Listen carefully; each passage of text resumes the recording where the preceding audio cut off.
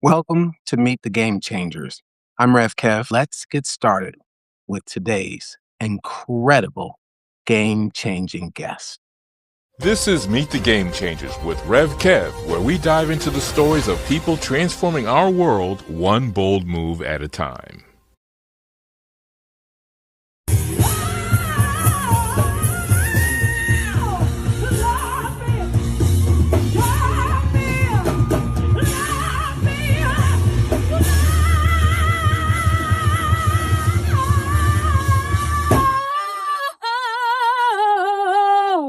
Hey, you are gonna fail.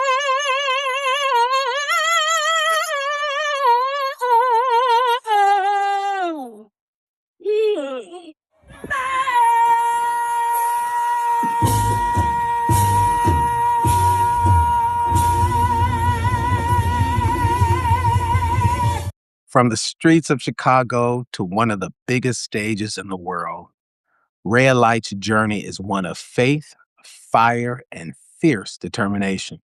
A powerhouse vocalist, wife, mother, and a woman of deep faith, Rhea is showing us what it looks like to walk in purpose even when the road isn't easy. Through it all, she continues to let her light shine and is touching hearts all around the world.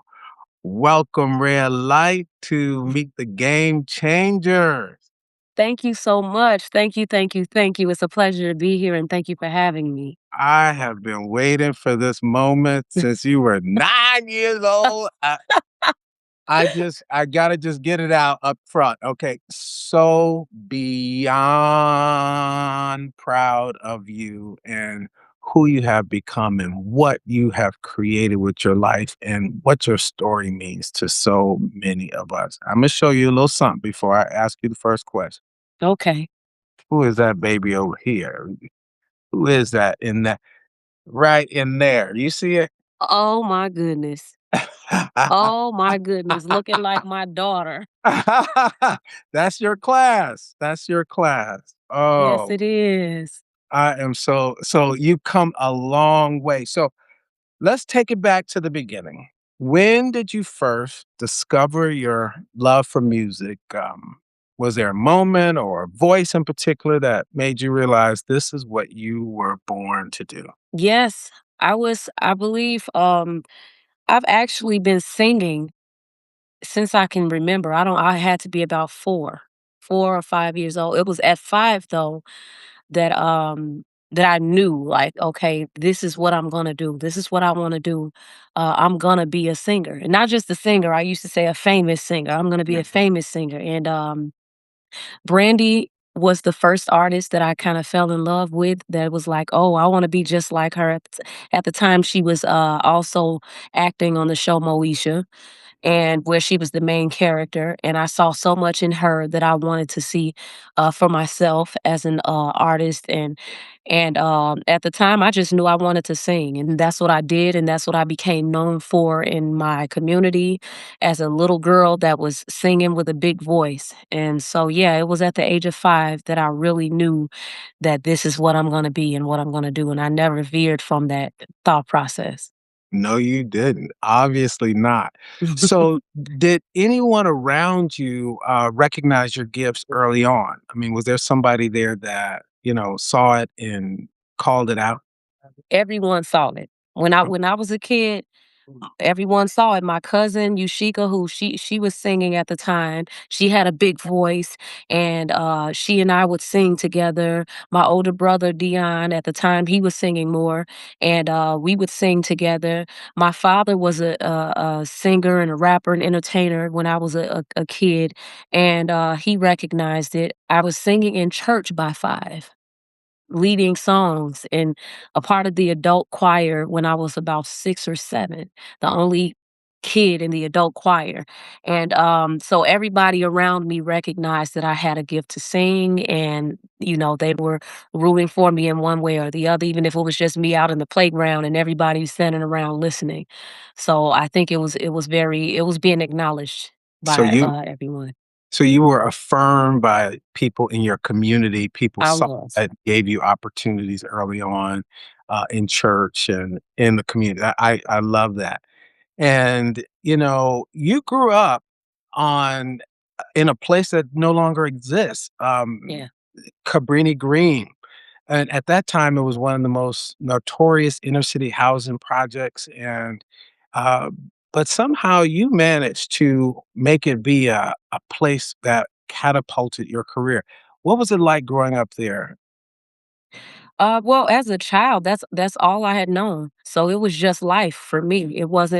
It didn't seem like as scary of a situation as it would be to people who were on the outside looking in. I was just a kid growing up, and we had good times as Mhm. a kid growing up. I didn't have the easiest life, but I didn't know that. I was a kid, making it like the rest of us. Most of our parents were dabbling in drugs, if not completely overtaken by drug addiction, and it was a common occurrence. So I just knew that I was with my family, I was with my siblings, my cousins, and that was the only thing we had known. We hadn't lived outside of the projects before, so it was just life for me, and it was a good childhood for what it was. And I got to meet you because my mother used to teach at the elementary school where you were attending, Sojourner Truth Elementary School, with some beautiful friends of ours, Robert Spicer and Yes. Emmanuel Price, and all of those folks. What was it like uh, getting to know each other at Truth School? You know what? It's so funny because at the time we were going through, they were transitioning where they were separating the boys from the girls. We had a certain time period where I remember we used to be really intermingled and mixed up, and then there was one point in time where they decided, I believe, that the boys needed something and the girls needed something, and they separated our classrooms. And so you had the boys classes and you had the girls classes, but every now and then we would come together and we would have assemblies and we would have events where we come together and do things. And I don't know, I think that it was a good experience getting to know people that you would see outside of school but wouldn't know really well until you got a chance to experience them in a classroom setting. And so I think it was good to be able to get to know them, and not just the students but the teachers as well. And you form these relationships with teachers that you didn't think you could have as a student, and it becomes just a very important relationship to build.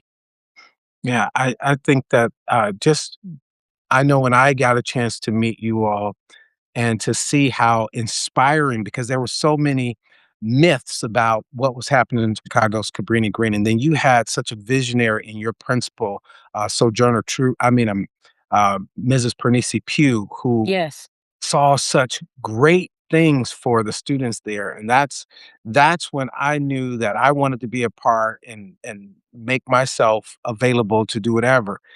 And, I had no idea that, from those early days, I would be sitting looking at a superstar. She's not just a side, she's a superstar.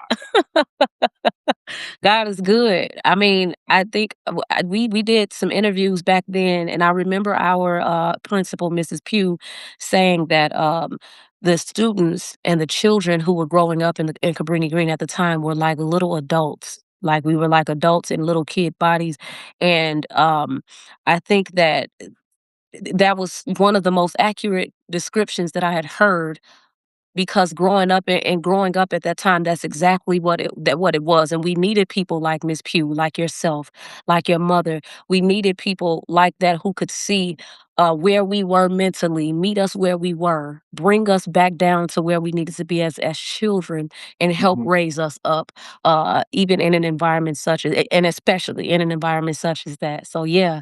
mhm. It obviously worked. It worked well. So, now, along the way, every journey has its detours. Yeah. Were there any moments when you questioned your path or felt pulled away from music or from your purpose? What helped, and if so, what helped bring you back? I to be honest with you, I never veered away from the idea that music, singing was what I was gonna do. Because I never stopped as I was doing it, and even as I grew up, separating from one church and going into another church, same Christian faith, but another ministry that we had become a part of. Each each part of my journey spiritually lended to me doing more of what I love to do, which is sing. It was always being recognized. So I never had the opportunity to break away from the idea that this is what I want to do.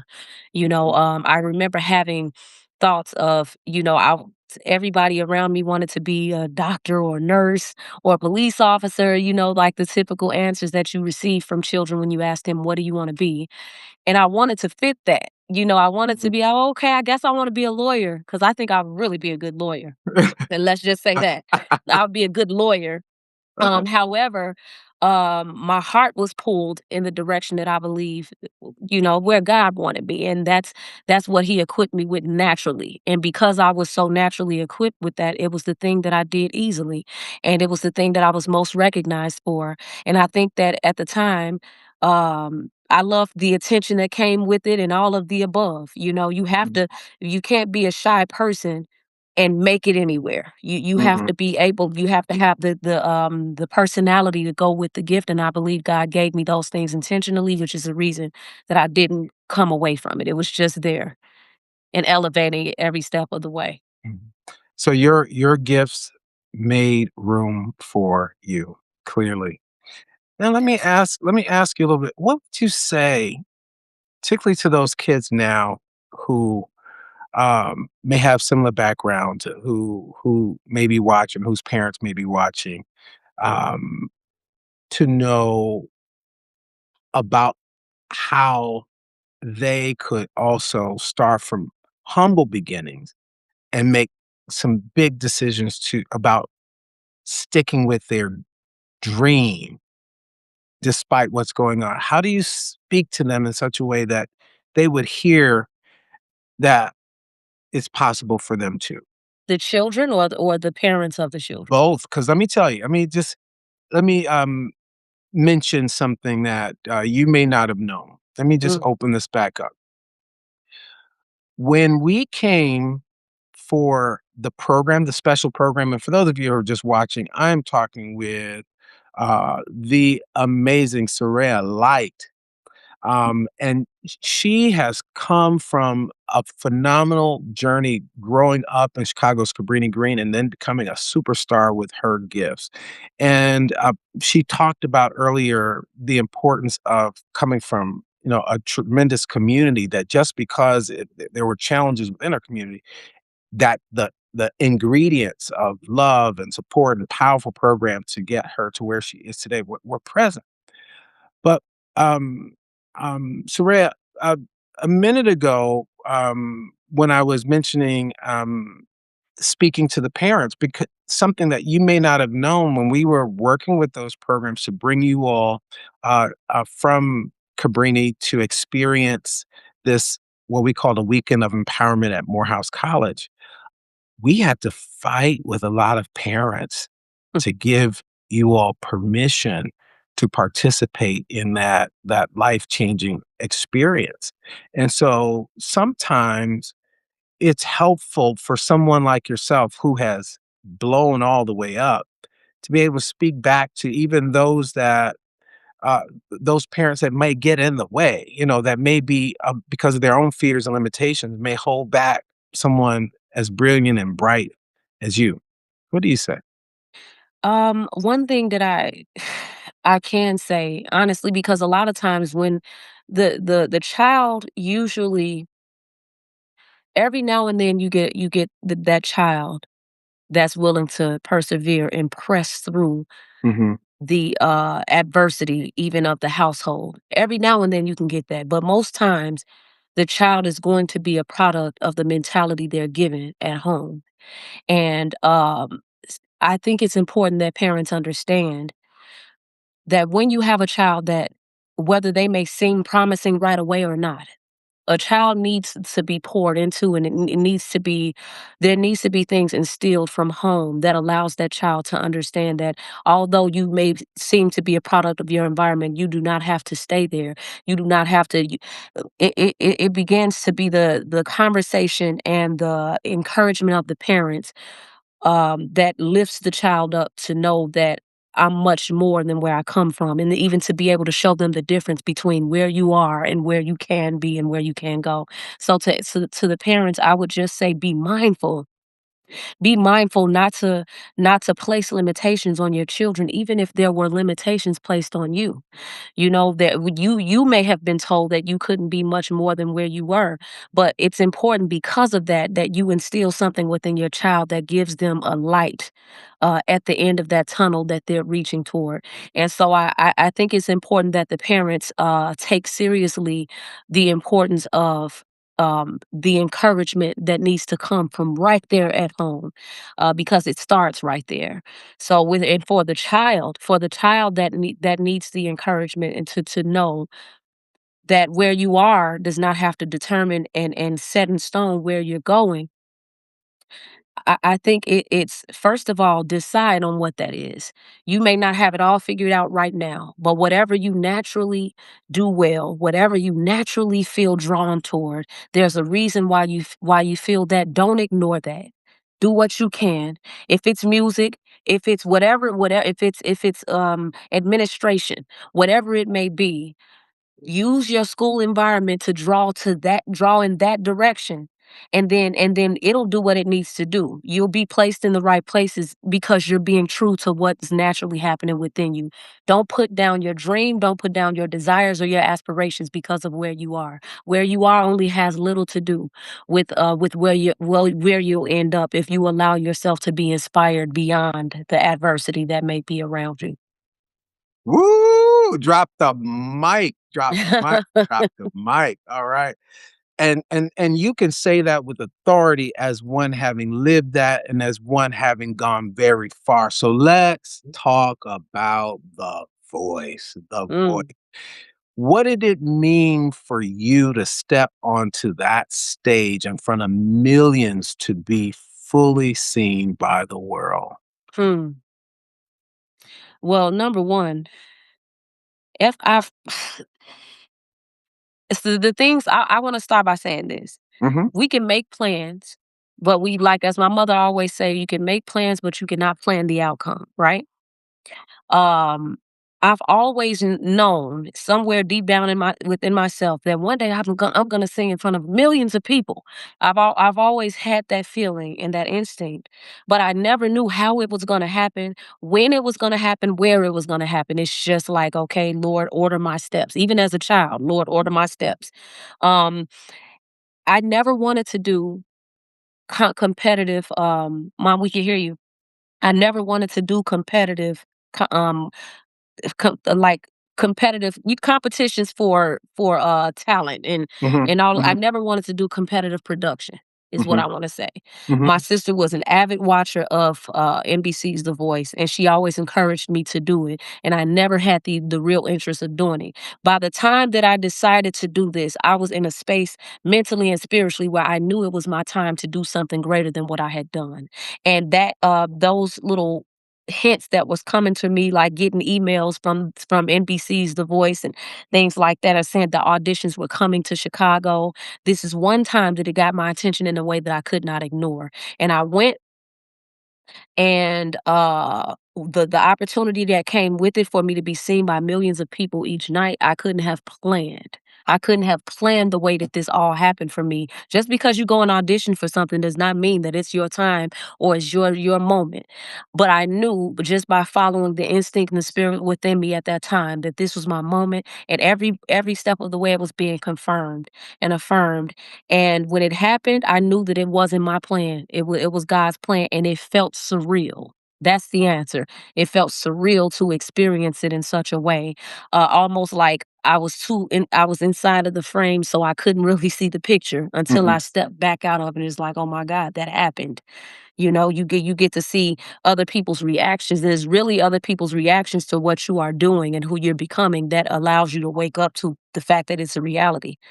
Mhm. other people's celebration of it. And so, yeah, I hope that answers the question because I went the long way around. Absolutely. No, absolutely. And I think it was important for you to really unpack that answer. Yeah. People need to see the progression and what's happening inside of you and how you chose to follow your divine timing. Oh, This yes. yeah, let me rock with what feels right and truest to me and not do it because it's the thing everybody says I should do. Something That's right.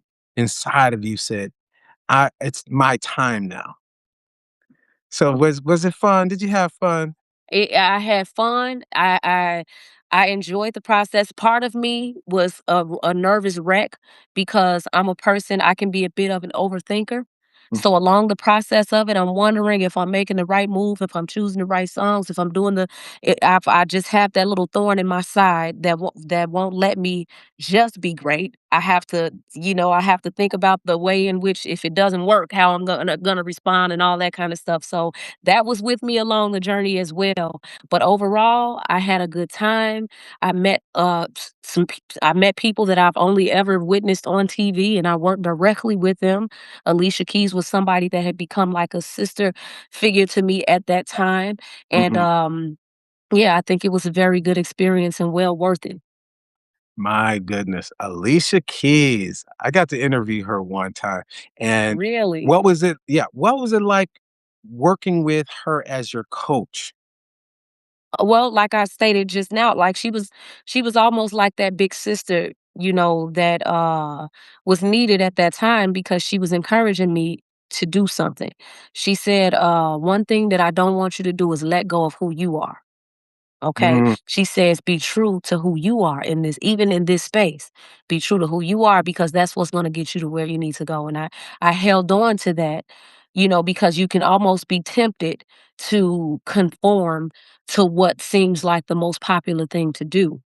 And it'll kind of veer you off of where you're supposed to be and what your strong suits are and what makes you valuable. And she reminded me of that. And that's why I say she was like a big sister and she was so chill. The same way you would see her in an interview or same way you would see her approach the mic if she's hosting on a television show or whatever the case may be, she's that chill in real mhm, life.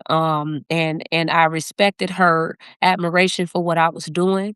It excited me all the more that she was literally in my corner, like, nah, the people need to hear what she has. mm, So it was a good experience working with her.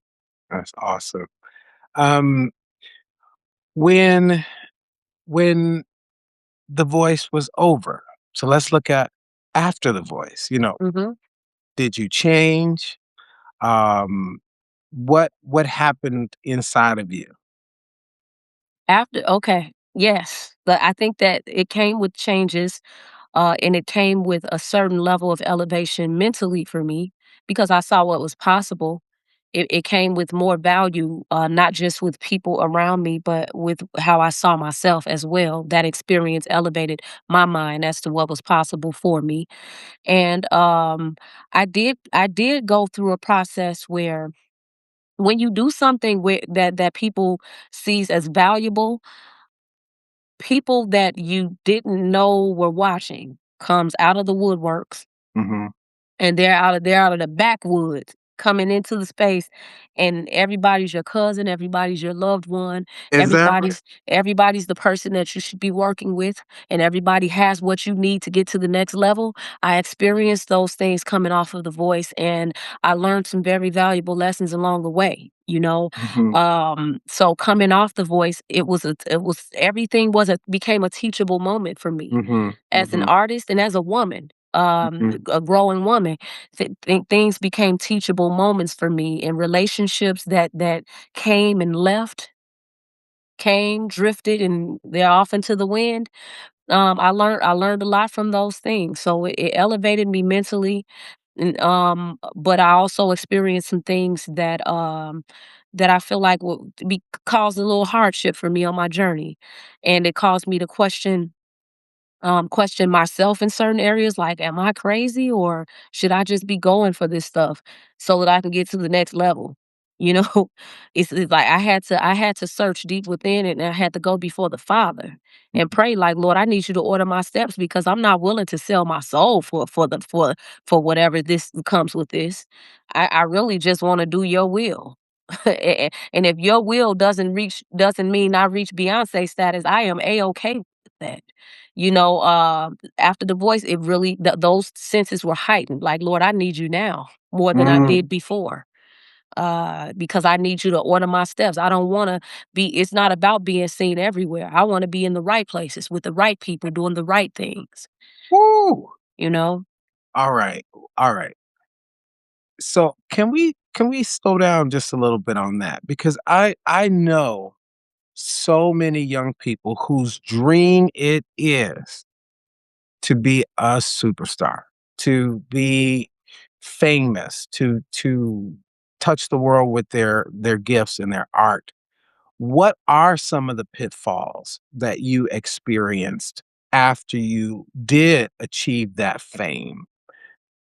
Because you talked about selling your soul. What are some warnings? Like, what does it look like to be asked to sell your soul? Well, I mean, to be honest, more so than a literal conversation about selling your soul, Sure. it was more that statement was more so about you being able to demarcate the difference between what you do and who you are, right? Or even being having the wisdom on how to marry those two things. I had to learn how to do that. How to do that without I had to learn how to invest in what I do without losing who I am. And that meant saying no to some things that were not in alignment with where I was spiritually. That meant saying no to money that was on the table, for that same reason, because it wasn't in alignment with it didn't sit well with me spiritually, or it would veer me off of the path that I was on with the Lord, you know? Um, that's what I meant by I mean, and Got then it meant where you naturally feel you need to be, these people are here to invest in you. Is it sitting well with you what they're suggesting? These people who have come along and they have more experience than you. You may be wet behind the ears in the business aspect from the business aspect of it, and you have to have somebody you can trust. Do you have enough discernment to determine whether or not these are the people that you can trust to lead you in a direction that will not take you away from God, that will not take you away from the image that you should uphold, the integrity that you should uphold? So for people who may be on this same journey and they want the idea of stardom. I want to be a superstar. I want to get it. I'm going to get it or die trying, get rich or die trying, and all this. For me, just for me personally, my desire to be famous and to be known by many people, it developed into something much more than just the desire to be famous. It developed into I want purpose to be behind who I am and what I'm doing. I don't just want to be famous. I want my voice to speak louder than my singing voice. I want my voice to point people in the direction of the God that I serve. Because ultimately, at the end of the day, if I accomplish all of these accolades, all of this money, all of this status in life, and I die unready, I die unprepared, underprepared, I'm in trouble. And I much rather avoid that trouble. So for people who are looking to go in this direction, my question that I would implore for you to ask yourself is, what is it that I'm ultimately trying to achieve? Do I want it bad enough to sell out in whatever way is about to, because it's going to come to you. Is you're going to be asked to compromise some things. You're going to be asked to step outside of your comfort zone, and you have to decide what you are willing to do and what it's really worth to you. So that's what came with me. It's like I think I might not make it because I'm not it's not important enough to me.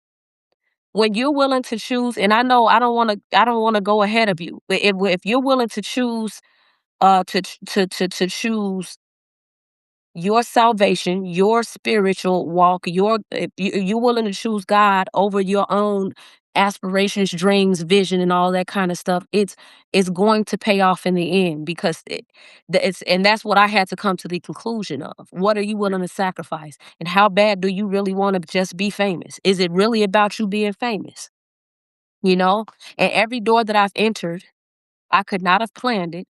And I say, this door I'm entering, Lord, is for your purpose and for your glory. So, however long it's supposed to last, and if it's supposed to happen at all, it's in your hands. That's what has kept me. That's what has grounded me. That's what has allowed me to see things that it didn't take people in particular to make happen. All right. All I'm right. sorry, I'm No, you being don't. long winded. You don't. No, you don't have to apologize. We opened that question because we wanted to hear, and you've shared what keeps you grounded and inside of an environment that can be inviting you into outside of your integrity, outside of your true self. So this is very important. You're encouraging us to keep to ourselves, keep to our true selves. So if you're just joining us, you're watching Meet the Game Changers. I'm your host, Rev Kev, and we are having a riveting conversation with a Chicago native who stood on the big platform, The Voice, with her incredible voice, Rayah Light. And we've got some comments in the chat room. I'm going to just read some of those. But meanwhile, I invite you to like, share, and subscribe to this platform. We're always going to bring you inspiring, game changing voices to give you some insight and tools for your own game changing lives. So let's see what some of these comments are.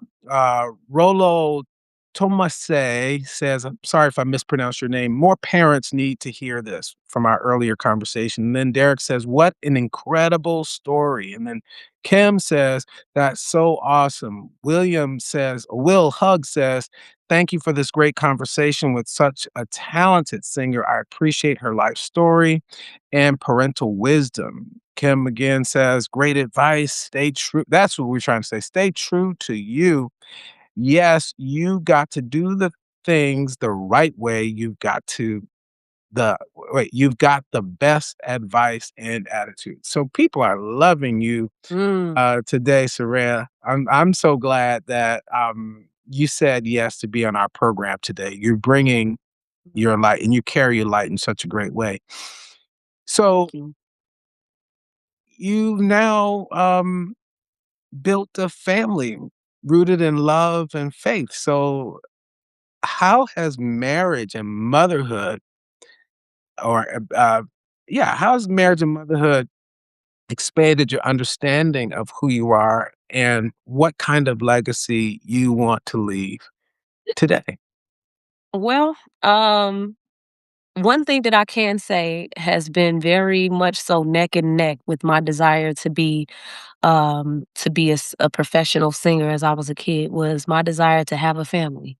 I've always known that I wanted that too. Just as sure as I was about the career, I was about a family. I wanted 10 children. Even when I was a kid, I said, "Yeah, I want 5 for the bench and 5 for the floor."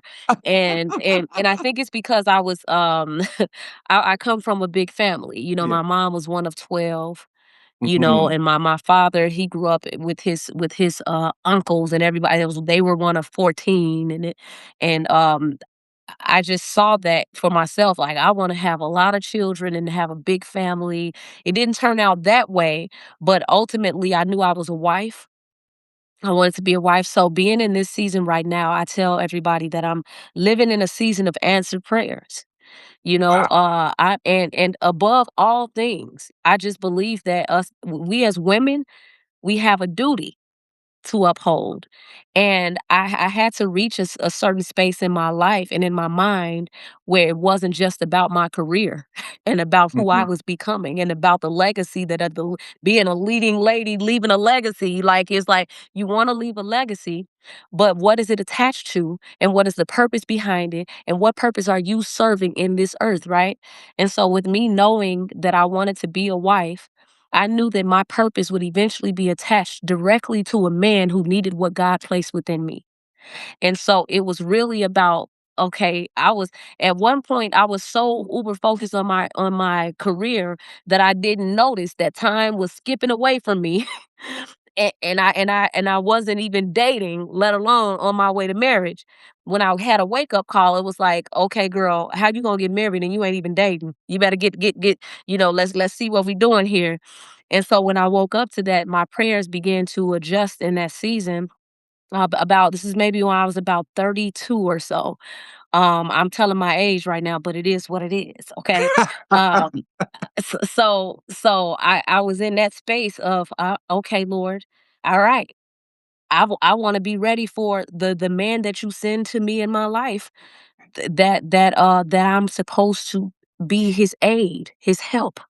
And so being right now, having gotten married about 6 months ago, and now five months with child, it has been a blessing to literally be living out the prayers that I have prayed. Like, Lord, I know what I want to feel about this man.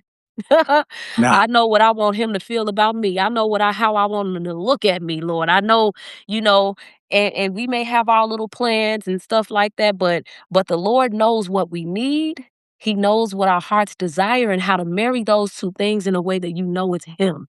so And so that's I'm living in that space right now where I know the Lord sent me I'm his good thing, but he's my blessing.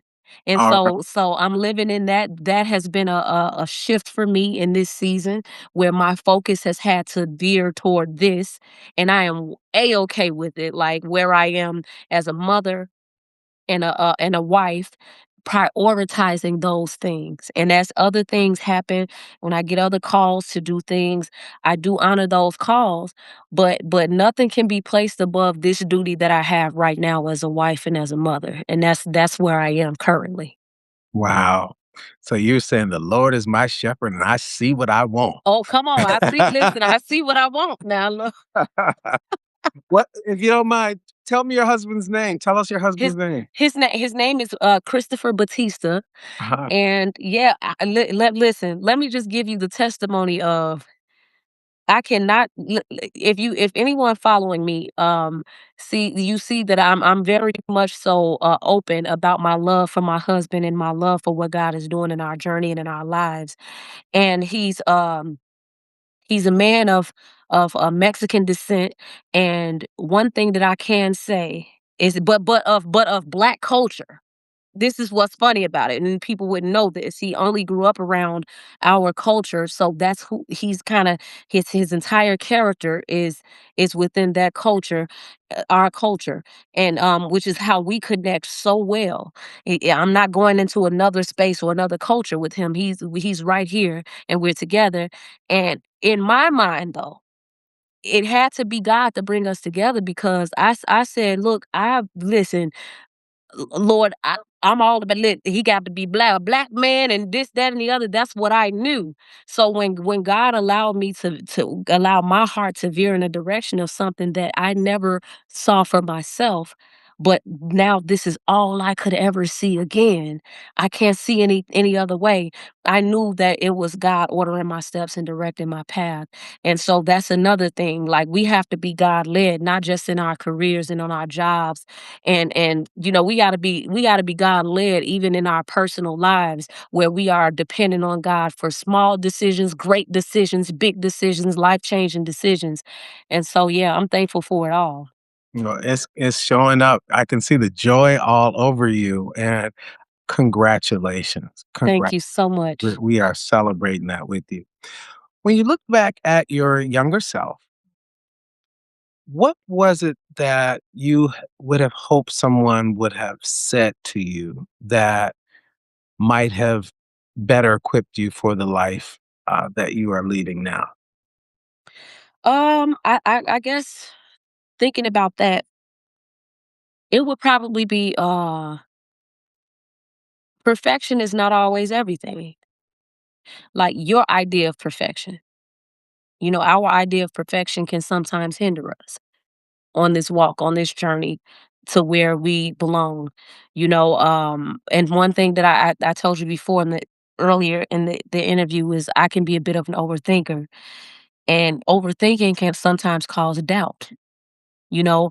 And so along the way, I wish that I had more of this perfect doesn't always sometimes just launching and stepping out, because stepping out is better than waiting until everything in every moment is perfect. Okay.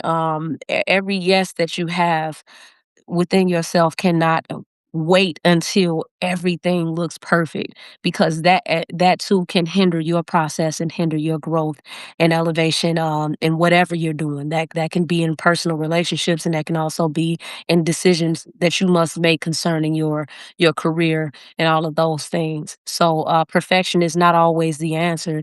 You have to be led and go with the flow of what's naturally happening. Mhm. Had I heard, like, just hearing more of that would have been encouraging for me in certain areas, so when it was time to make a decision, it's yay or nay right now, without a time lapse. Mhm. And yeah, because you're already fabulous. Anything you add on top of fabulous is extra. You're enough just as you are. And I think that's what a lot of Yeah, people need to, hear. There's this quote, God doesn't call the qualified, God qualifies the called. And so absolutely. sometimes you just gotta get out there, and on your way, you will build strength in your wings, and you Yes, will get indeed. lost. Yeah, but you can't be great until you get started. And so Absolutely, that's yeah, perfect. yeah. No, you're perfect, and we're so grateful. So, so, so grateful.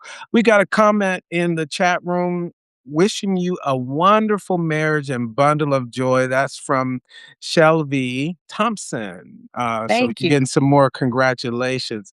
Do you have a wish for a boy or a girl, or you all are just Well, we know we're having a girl, you're so having a girl? Okay, yes, we're having a girl, congratulations. and I just we have children before coming together Mm-hmm. in our marriage. Mm-hmm. We have children, and my I have a daughter, Mm-hmm. Nyla Saray. She's now 10 years old, getting ready to be Mm-hmm. 11, and Okay. with such a gap in between, it was really like, Lord, just a healthy baby, please.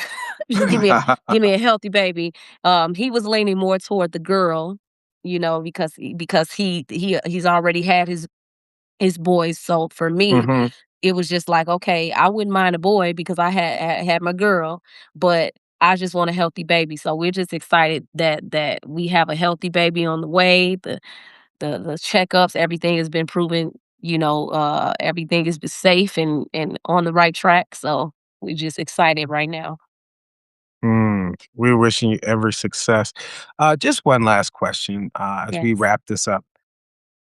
Who do you have to thank in your life? If you had to look at that camera and just given your journey, Hmm. um, give a shout out to, because sometimes when we get to high heights, people feel like we forget about the so-called little people, the people who helped us get to where we are.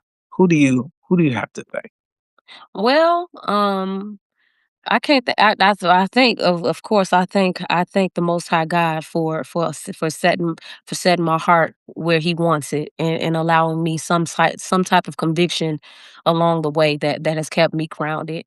And of course, I thank my parents, because along this journey, with every part of the journey that I can remember, I know that I have had the support and the backbone and the push of my parents, who have, even after I had a child and all of those things, they were a huge support system for me, and making sure that I can move and maneuver and do the things that I was being called to do in those times. So I'm thankful to my parents.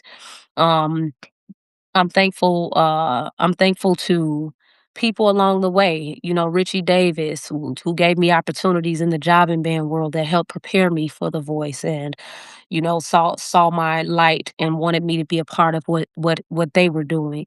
Anybody that's ever had a hand in placing me in rooms that I otherwise wouldn't have been in, Tony Kazoo, it's just anybody Yeah. that has had a hand in me stepping on stages and platforms even prior to getting to The Voice. All of it prepared me for what I was doing, and so I'm thankful for those people. Mhm. You know, I'm so tempted right now. What? I'm so tempted to get you to sing us a little taste out of here. You know what Um, song is on my heart as I'm listening to you talk? His eye is on the sparrow. I just hear that coming. okay. I don't know if you can give us a little, just a little Yeah, taste, a I can do tic tac a little worth, pinch. little tic tac worth. Um, why should I feel discouraged? And why should the shadows come? Why should my heart feel lonely and long from my heaven and home? When Jesus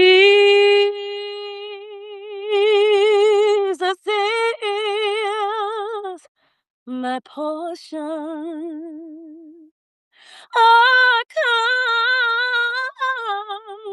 constant friend is he. His eye is on the sparrow, and I know he watches me. Woo! Look at God. Woo! Girl, go. Woo! I have to just try to keep it together over here. I'm over here. Woo! Yes, you are the fire. Oh, I'm Thank you so so, much. so grateful. I know that is just blessing people right now. Thank you so much for your sharing your story, sharing your tremendous light, walking in integrity with who you truly are, and using your voice to change hearts. You are just Mm, incredible. You've come a long way, and I know that the best is yet to come for you. mm. Tell people how they can get in touch with you. I want everybody to go check Yes. Raya out. Thank Soraya you. out. Thank you, thank you, thank you. Thank you so Mhm. much again for having me. People can come connect with me at Saraya Official. That's SARAYAH Official. And I can be found at that tag on all platforms, Facebook, Instagram, TikTok, Twitter, wherever I am, it's under Saraya Official. And thank you so much again for having me and for exposing my story and my journey to your platform. I only hope that it has reached and will reach whoever it's supposed. I know it will. It'll reach whoever it's supposed to reach and whoever needs the message of it. So thank you for thinking enough of me to bring me onto your platform and share my story, to share my story. Absolutely. I hope to be telling more of your story as I'll continue to follow you. Thank you so much. Thank you, thank you, thank you. Well, remember, no matter what the detours in life are, show up. Your path still matters, your gift still counts, and your light still belongs in the world. Thank you for watching Meet the Game Changers this week, and go out there and change the game. Till next time. This is Meet the Game Changers with Rev Kev, where we dive into the stories of people transforming our world one bold move at a time.